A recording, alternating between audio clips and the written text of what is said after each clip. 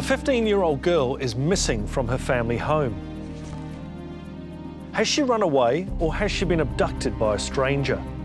What evidence is there? Who's responsible and can science prove it?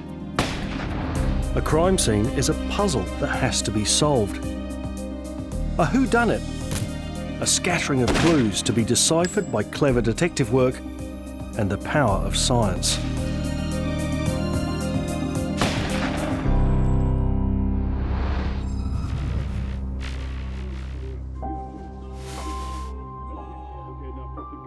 The Friday night before Marie went missing, she was at a good friend's place where she stayed the night and she went back to her own home on the Saturday afternoon. And she was dropped off by her friend and her friend's mother. And that is the last physical sighting we had of Marie and confirmed. 6 p.m. on Saturday evening, and 15-year-old Marie Davis is home alone in the Christchurch suburb of Papanui. Her mother's been out of town visiting relatives, a first trip away from her 2 daughters. And tonight, Marie's older sister, Amy, has also gone out. Marie has a close friend living nearby, and she's in contact with her sister. So there were no issues with Marie being there, and everyone was aware that Marie was home alone. Marie didn't go to parties. She was nearly 16, but no, I don't think she ever went to a party, actually, that I know of. She would have been on the computer with music going or reading a book. And she wanted to clean up to make sure it was all nice for me when I'm coming back. And she never stayed at home ever on her own. So she would just thought, oh, this is neat. Do what I want to do, and got all the time to do it. Yeah. Janet Davis was due to fly in the next morning, Sunday. The arrangement was for older sister Amy to meet Marie at home at 8 o'clock before they went out to welcome back Mum. But when Amy arrived, the door was locked, the curtains and windows closed, and there was no sign of Marie. The house was locked and secured, as though Marie had gone away and left the house tidy and clean. Amy tried phoning her sister Marie, but there was no answer. She tried Marie's friends, who didn't know where she was. Marie never came home or answered her phone.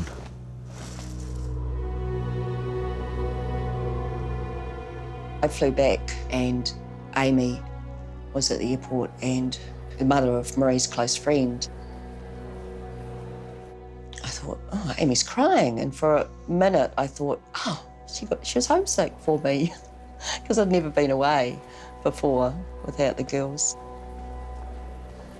And she told me that she was missing and they had no idea where she was. So yeah, it was a nightmare. Missing people are reported to the police every day and quite regularly, and the majority are able to be contacted relatively quickly, particularly these days with cell phones and the likes. But Marie's disappearance struck Virginia Labar as unusual right from the start.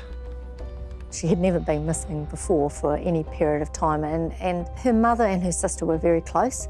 Marie's father died when she was 3, so they were a very close-knit family, and Marie had very close friends, and for her not to be in contact with them was significant. We went in with some of the staff. They had a good look round to find out if there was perhaps a note that had been left to say, you know, I've gone somewhere. Police also looked for any sign of forced entry or disturbance. There was none, but several items of interest were missing. There were some bedding items that were missing, and most importantly, Marie's wallet, Marie's phone, and the keys to the house. She had a green satchel bag type thing, and she always had her phone in it and a little bit of makeup. She just never went anywhere without it, and that was gone. And it did appear, well, perhaps she's just gone off somewhere. So the next morning, after we established that there wasn't anything highly significant in the house, it was really just going and establishing the facts around Marie. So talking to some more of her friends, talking to the school. She enjoyed going to school and had very good friends there. She was very much into her art and music. She was quiet. She was quiet and reserved. She loved drawing and she was really good at it. She would just spend hours and hours with a sketchbook. Really talented at artwork. It really was just unexplained. There was nothing in her background to think that she would have run away or that she was unhappy. Police went door to door asking if anyone had seen her that Saturday night. What we call an area canvass. So all the neighbours were spoken to and most people in that area knew Marie. There was nothing that came out or anything that was untoward at all. She didn't have access to a car and unlikely to have caught a bus, but of course we do CTV footage and look at those types of things. And in the early parts of the investigation, there were a lot of blanks. It just continually, it was blank, blank. Where was Marie? Why didn't she answer her phone? How could a 15-year-old just disappear? It was a mystery. I became involved in the investigation a couple of days in. I took on the role of analysing all the phone data. We would look at her phone just to see if she'd been texting any friends, telling them where she might be going or who she might be going with. On the Saturday night, it showed that Marie was at home. She had very minimal traffic on her cell phone that night, just really texting one of her really close friends.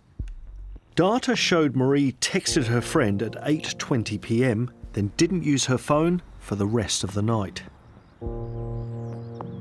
The next activity on Marie's phone was Sunday morning about 8:15, and that's when she received a text message from one of her sister's friends. About 7 minutes later, Marie received a phone call on her phone.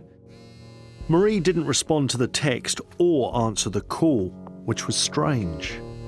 What was of interest was that the text message at 8:15 was polling in the Belfast area, which is just north of Christchurch, and 7 minutes later, when her phone was rung, she was polling in the Kaipoi area, which is even further north of Christchurch. So she was clearly travelling, or her phone at least, was travelling in a northerly direction out of Christchurch. That was the first time we had anything of hers that took us away from her home address. Part of the inquiry then was that where in that area could she be, either voluntarily or had been taken there. So the SAR search team were deployed into that area. We based the search from here, the Kainga Hall. Calculations based on the locations of cell phone towers focus search and rescue teams on Stewart's Gully, an area near Kaianga, about a 20-minute drive north of Marie's home on the edge of the Waimakariri River. There was some linen property that was missing from her home, some bedding material. So we had a list of that with the patterns on that. And also we had a good description of the clothing that she was probably wearing. An extensive search began for Marie or any items that could be linked to her. For the Sunday, we had 6 teams in the field of 3 people, so that's 18 of them. Also, we had 3 dog handlers with another person assisting them. So we had about 24 people in the field on that first day. It's a massive area. It's all rural. It's plantation or scrub or bush. Almost seems like a little bit of the needle in the haystack. If you don't start looking, you're not going to find anything. 5 days have passed and there is still no sign of 15-year-old schoolgirl Marie Davis. Searchers are combing a massive land area close to the Waimakariri River, a location determined from her cell phone data. Officers continue to look for other leads. As the time went on, it just became quite disturbing. We just could not make contact with her. The longer Marie is not found, the greater fears grow. Investigators call in forensic scientists to examine the family home. Ideally, we'd like a nice fresh crime scene where there's been no disturbance post-event. But obviously, it's been several days. People have been in and out of the house. So there's certain types of evidence, such as, say, footwear analysis, which aren't really going to be viable. Gary Gillespie demonstrates what's involved at a crime scene examination. Full bodysuits, gloves and booties stop contamination from hairs, clothing fibres or fingerprints. They have to be worn by everyone before crossing the demarcation line into the hot zone. So we're ready, Gary, to go into the hot zone now? Yes, indeed, protected from head to foot and ready to go. Simply talking while not wearing a face mask could leave our DNA. For demonstration purposes, we're able to remove our masks. So what was the situation at the Davis house? When you've got a sort of missing person, the things you may be looking for, is there evidence of an assault? Blood will be the first thing we tend to look for. We'll work our way through room for room with a bright light. It's a visual examination, and a bright light illuminates the scene and really helps us visualise any blood staining. That is a bright light, isn't it? How bright is that? It's a 1,000-watt light. And have a sort of a scan down here. And that looks like something there, doesn't it? Yeah, very much so. It's sort of a nice red, brown stain, pretty typical of what I'd expect for blood staining. To me, that looks what we call it a transfer stain. That's right, exactly. So where you've got blood on the surface and you smear it or transfer it onto another surface. Blood staining, I'd be interested in sort of doing chemical tests on that. So we'll just move across a while onto the carpet. You can just see a couple of small stains on the carpet. To me, they look like what I would call them drip stains. So you imagine somebody with a bleeding injury or even blood dripping from a blood-stained object. So what do you do next? We need to do sort of a chemical test just to sort of confirm that they are indeed blood. So if you want to hold the light a minute here, Simon. Okay, what we'll look to do is to rub the stain with the test strip and then just drop a couple of drops of water onto the test strip and you'll see it come a nice green colour. What that indicates is we've got blood present.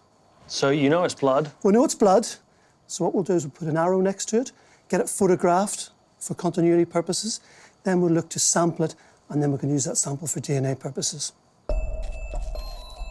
At the Davis home, forensic examination revealed 2 potential sources of evidence. Marie's bedroom, I found 2 small areas of blood staining in one corner of the room, which is sort of furthest from the door. A chemical test indicated it was blood. They were quite small, only several millimetres in size on the floor, but they were evident. The second area was in the study, a small room off the lounge. It had a computer in it and there was an upholstered chair, and we did notice some blood staining both on the floor, close to the chair, and also on the back of the chair in one corner and on one of the arms of the chair. The blood staining on the back of the chair was probably a reasonable size, quite light in colour, maybe sort of 20 to 30 millimetres in sort of overall dimension. Blood stains on the armchair were small, they were sort of 5 to 6 millimetres, and the one on the floor was sort of quite light in colour, quite close to the colour of the timber. I think it would be difficult to observe without a bright light. In a small room with not much lighting, you may not be able to visually observe it. There was only blood within the study and some small blood stains in Maria's room. That was all we found. The forensic examination of Marie's house didn't come up with a lot, but it did appear significant, and we knew Marie spent quite a lot of time in the study. There was no other blood in the house that suggested there had been someone that had a bleed. So although there wasn't a lot, it did seem unusual that there were these couple of spots of blood. Investigators had to consider the possibility of sexual attack. The forensic team were tasked with screening the house for semen, but unlike blood, semen is not visible. The way we look for semen is we're looking for an enzyme. The enzyme that is present in semen is acid phosphatase. That's present in high quantities in semen. The process of detection begins by spraying the area with water, then damp paper is applied to draw out any enzymes. The test area is marked out before the paper is removed and painted with a chemical reagent. Looks like it's starting to discolour here a bit, doesn't it? Yeah, you can see now we're getting this purple coloration. We leave it up to 2 minutes normally, but you can see now that's probably within sort of 15, 20 seconds. It's quite a quick reaction. The discoloured area is marked and placed back to identify the suspect zone, which would then be sampled for analysis. And what did you find? We didn't find any semen present on any of the floor areas within the house. The investigation now focuses on the study. The computer, often used by Marie to upload photographs and listen to music, is forensically examined. Marie was most likely using it during her last hours at home. Marie was working on the computer until around just after 3 o'clock when there was a song that was loaded on. That song played for 238 times without any more interaction by anyone on that computer. Until approximately 6:30 a.m. that morning when there was an attempt to close down the computer. And normally the computer has never closed down. We could tell from the forensic examination of the computer that that was an unusual thing to happen for that computer, that the family would normally leave the computer running. It raised the obvious question, was someone else in the house? 15-year-old Marie Davis has been missing from her Christchurch home for more than a week. As well as the police investigation, friends and extended family are doing what they can to find her. She was a very loved girl, so they started producing posters and actively going out looking for her. Appeals were made through the media for sightings of her or the missing items. The profile of Marie was high, in the fact that she was a 15-year-old girl and at home alone on a Saturday night and had effectively vanished. It was a mystery that investigators needed to solve. Further phone data was analysed, including landline calls in and out of the Davis home on the Saturday night. There was a phone call that came into her house about 8:10 that night. That phone call lasted about 46 seconds, so it was relatively short.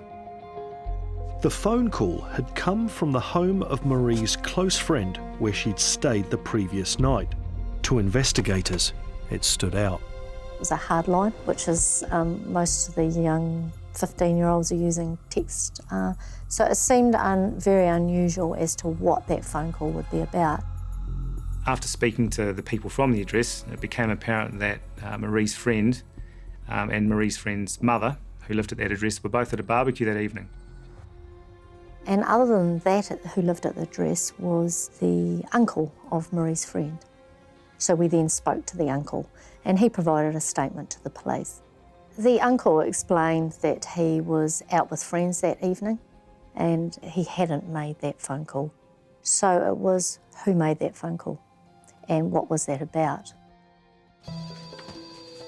With media and public interest running high, police were fielding hundreds of calls, all potential leads or further information.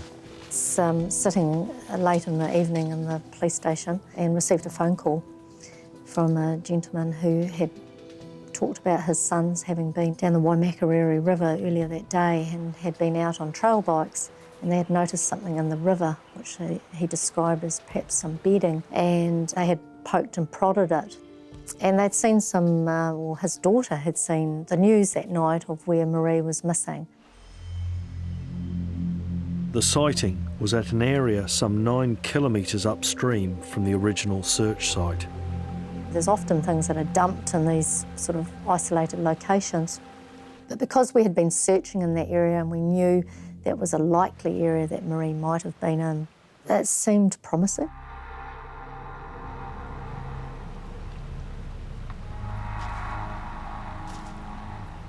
It was a pretty cold night and the river was up a little bit more than normal, what it normally is, so the river flow was quite swift.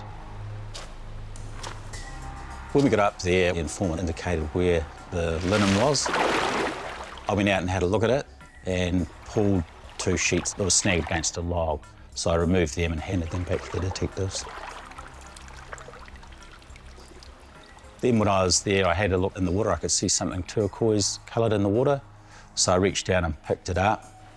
I wasn't sure what it was at that stage, but it appeared to be snagged.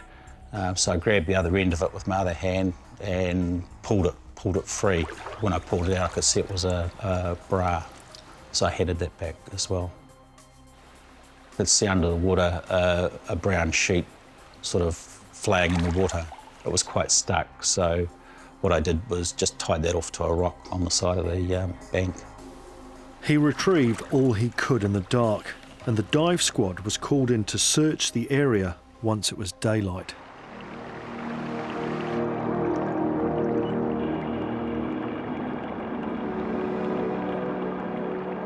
they recovered the blanket that I'd tied off. They had a couple of big boulders dropped on top of it, so it was going to be really difficult for us to try and remove that.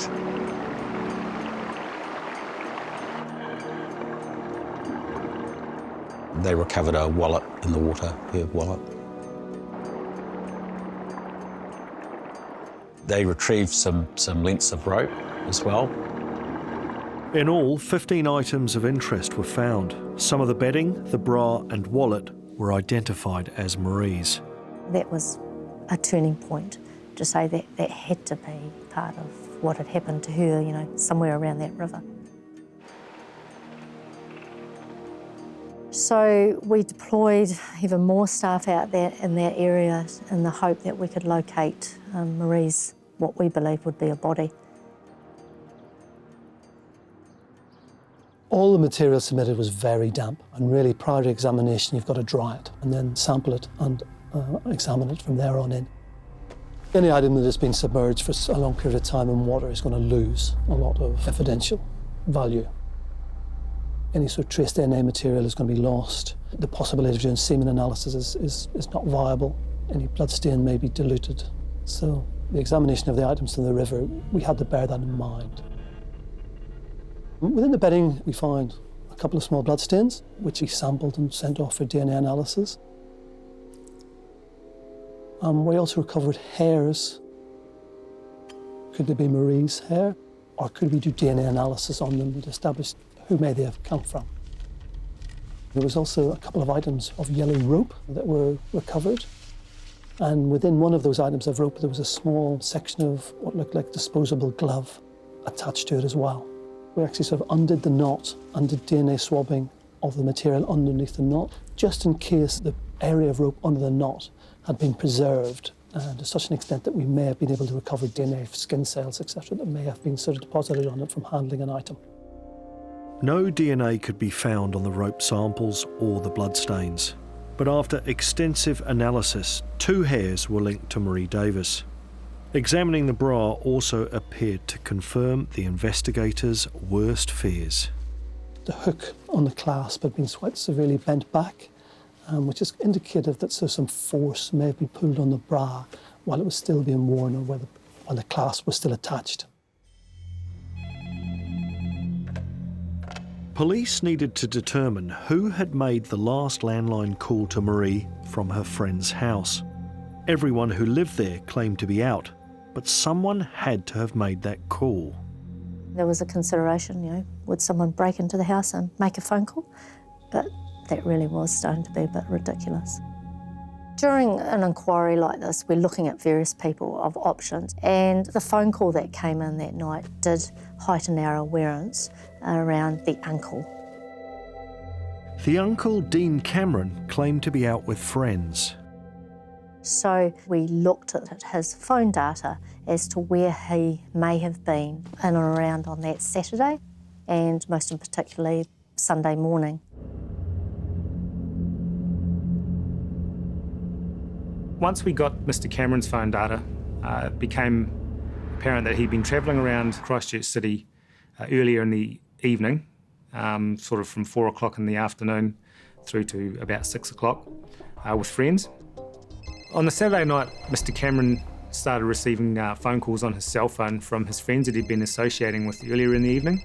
That was about just after 8:10 in the evening, which gives an indication that he wasn't with his friends, and otherwise they wouldn't be calling him.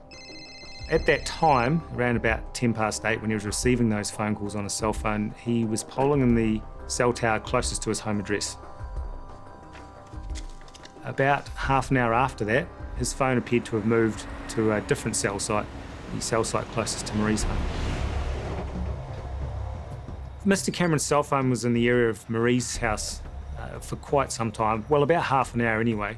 But the last time he received any traffic on his cell phone was about 9:30 on the Saturday night. There was no activity from then until about 10 o'clock the next morning, when he appeared to be in the vicinity of Kaipoi, which was the same area that Marie's cell phone had been polling in that morning as well.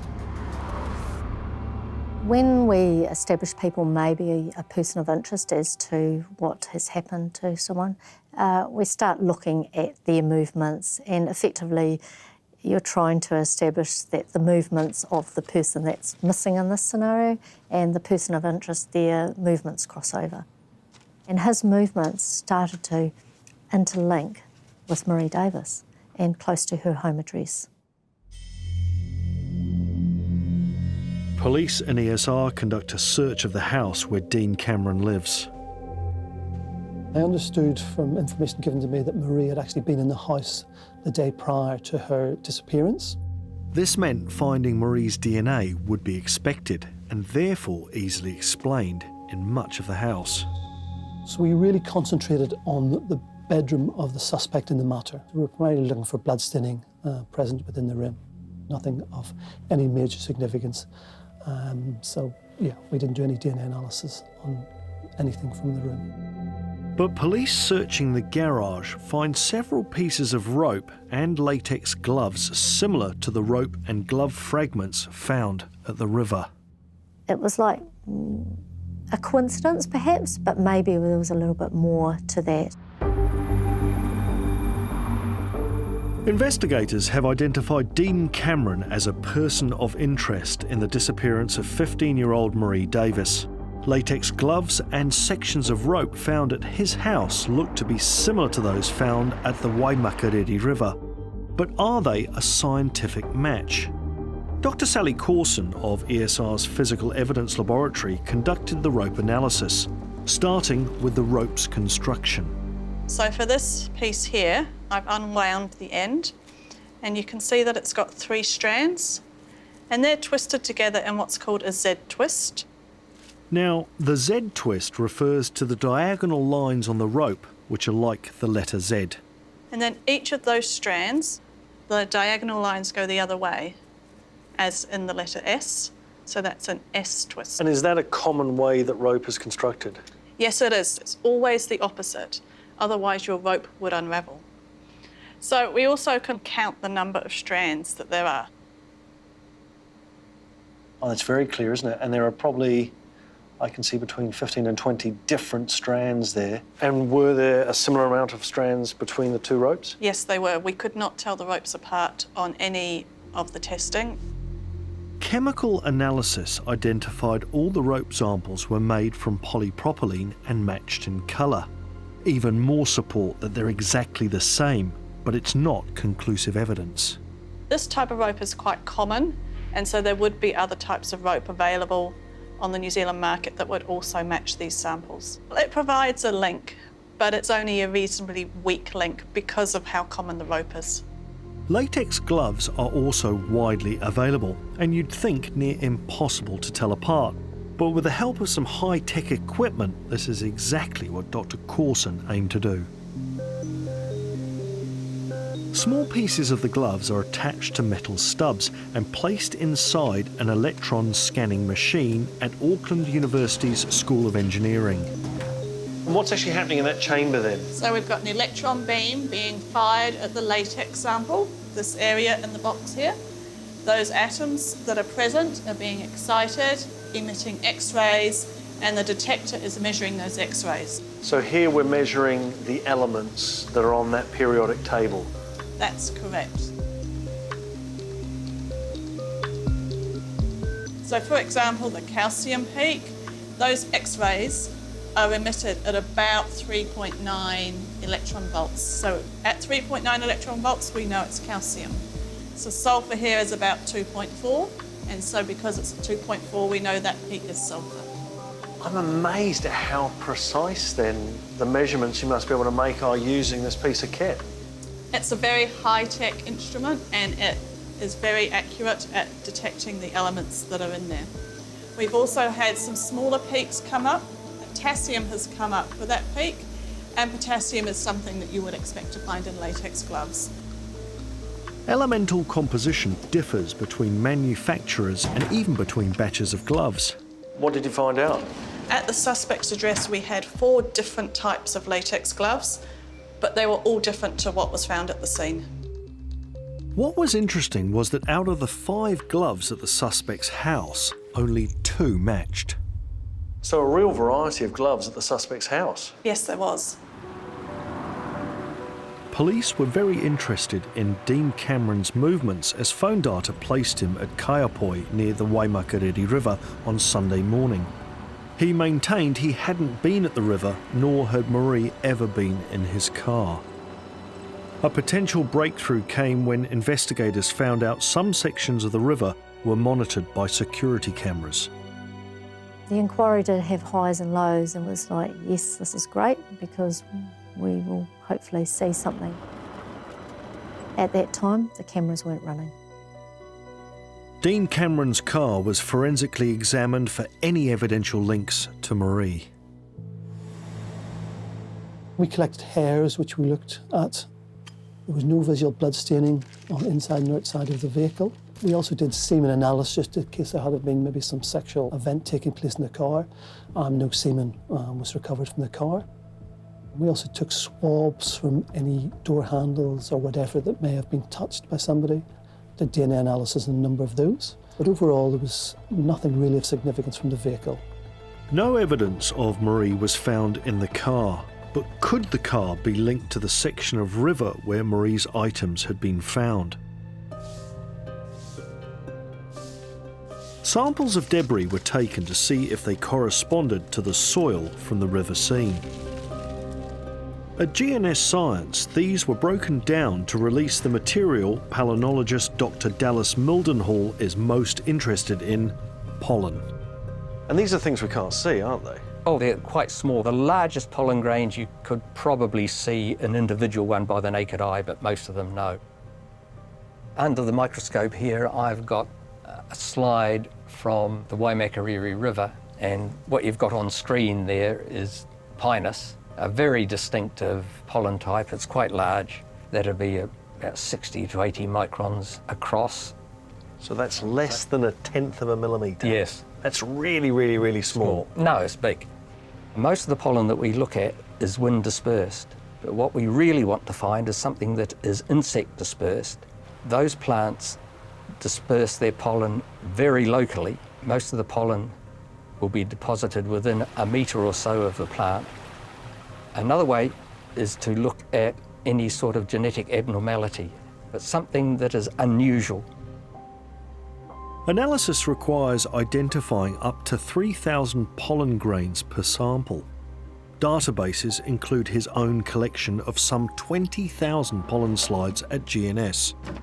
So what were the results? From the Waimakariri River, the dominant pollen types were pinus in particular, followed by the willow, followed by grass. Samples from the car contained those pollen types as well. There was nothing distinctive about the pollen from the river. Most of the pollen came from the weeds and from the trees that were growing there, and they grow all around Christchurch. Was that disappointing? We're always looking for a result, and when you don't get one, you are a bit disappointed. But that's science, and unless you look, you won't find the critical clue that may be there. It was now 12 days since Marie went missing and 2 days since her bra, wallet and bedding from her home was discovered in the Waimakariri River. For the first week, or even probably longer, I was in constant denial that I just kept thinking, no, she's somewhere else. She's got to be somewhere else. But it was only wishful thinking. I knew. Searchers were faced with a vast and ever-changing area to cover. The Waimak River has a huge catchment. It goes all the way up Arthur's Pass, so it has lots of feeders coming into it, and it's quite braided. That is, it's quite broken. There's lots of little branches sort of coming down, and it changes as water comes down and it floods. It actually meanders quite a bit. Initially, I thought she would be reasonably close. I've recovered bodies in there before. When someone dies, they naturally sink to the bottom, and they generally won't go that far. And what happens then, your body starts to decay or decompose, and what that does, that builds up a gas. And so the bacteria in the body creates that gas, and then after a few days, depending on the water temperature, then you'll float and start drifting down with the current. I arrived down there on the morning of the 17th. Then I got called by our comms saying that a motorist driving to work had seen something in the water. I had a boat, a jet boat coming there. We hopped on that and went to check out the sighting of this object in the water. As we were coming back, that's where we actually saw Marie.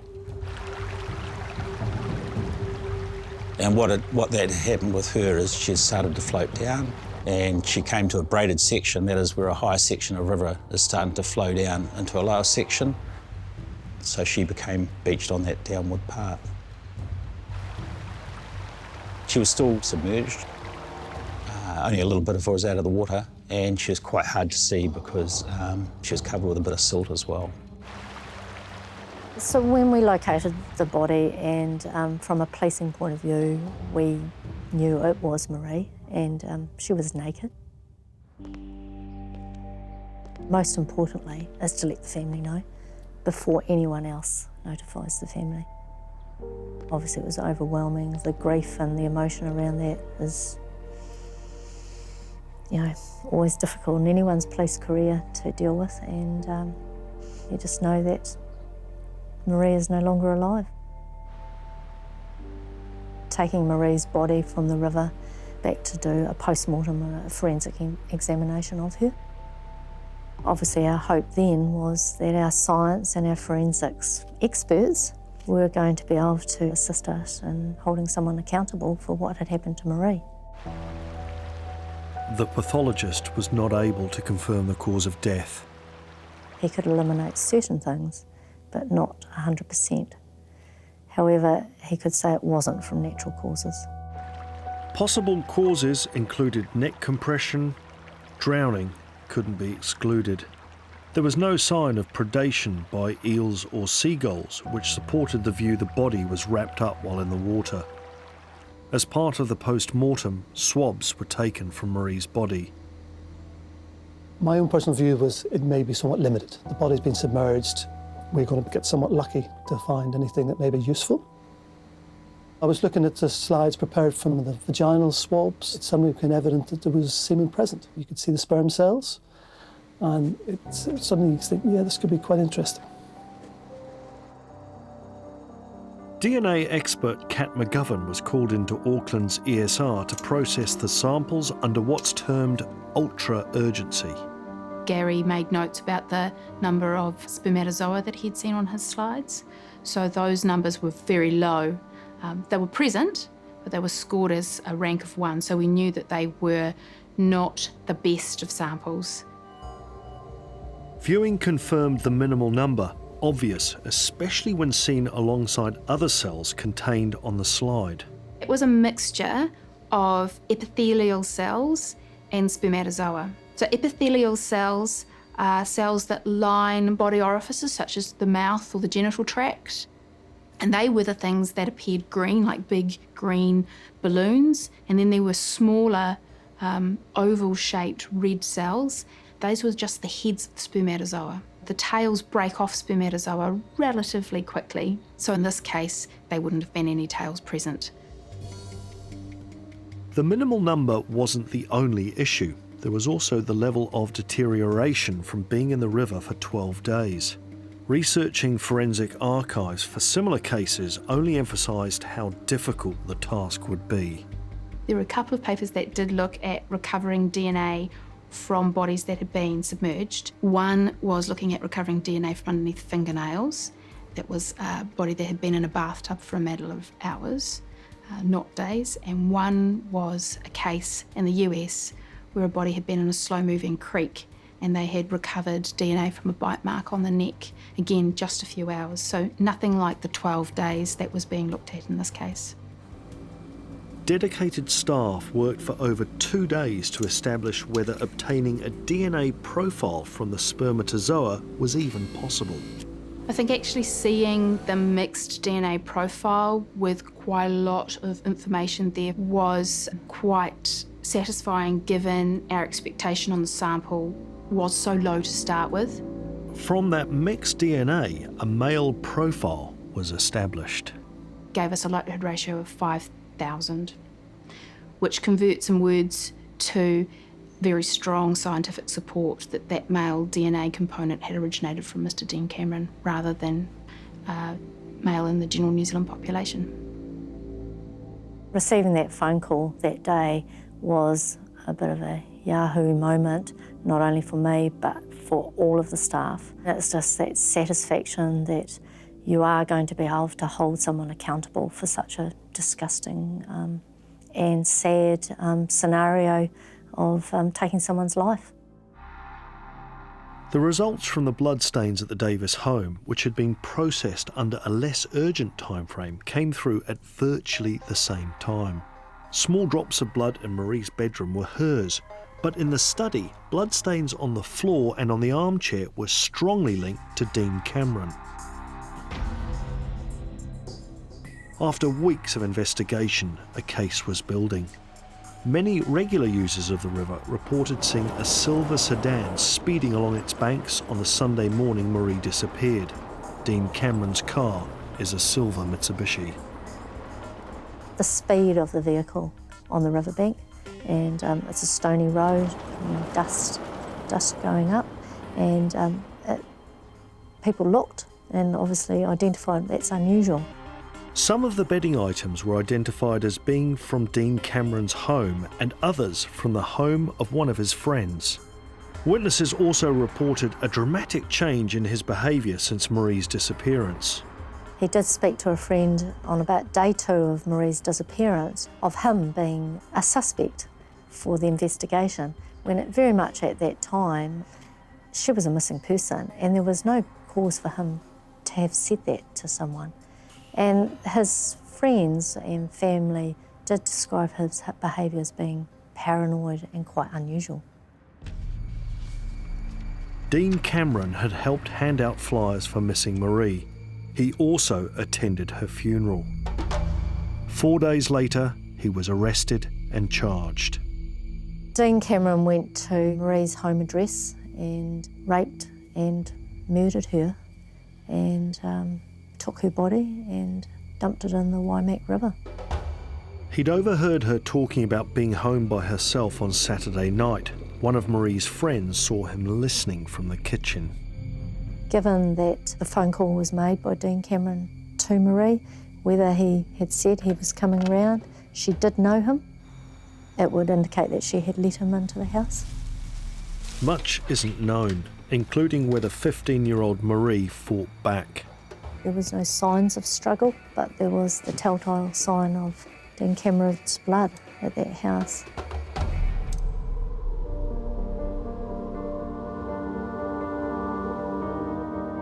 Dean Cameron, aged 39, was convicted of the rape and murder of Marie Davis. At sentencing, it was revealed he'd previously been jailed for 4 years for sexual violation. He'd been released 9 months before he attacked Marie Davis.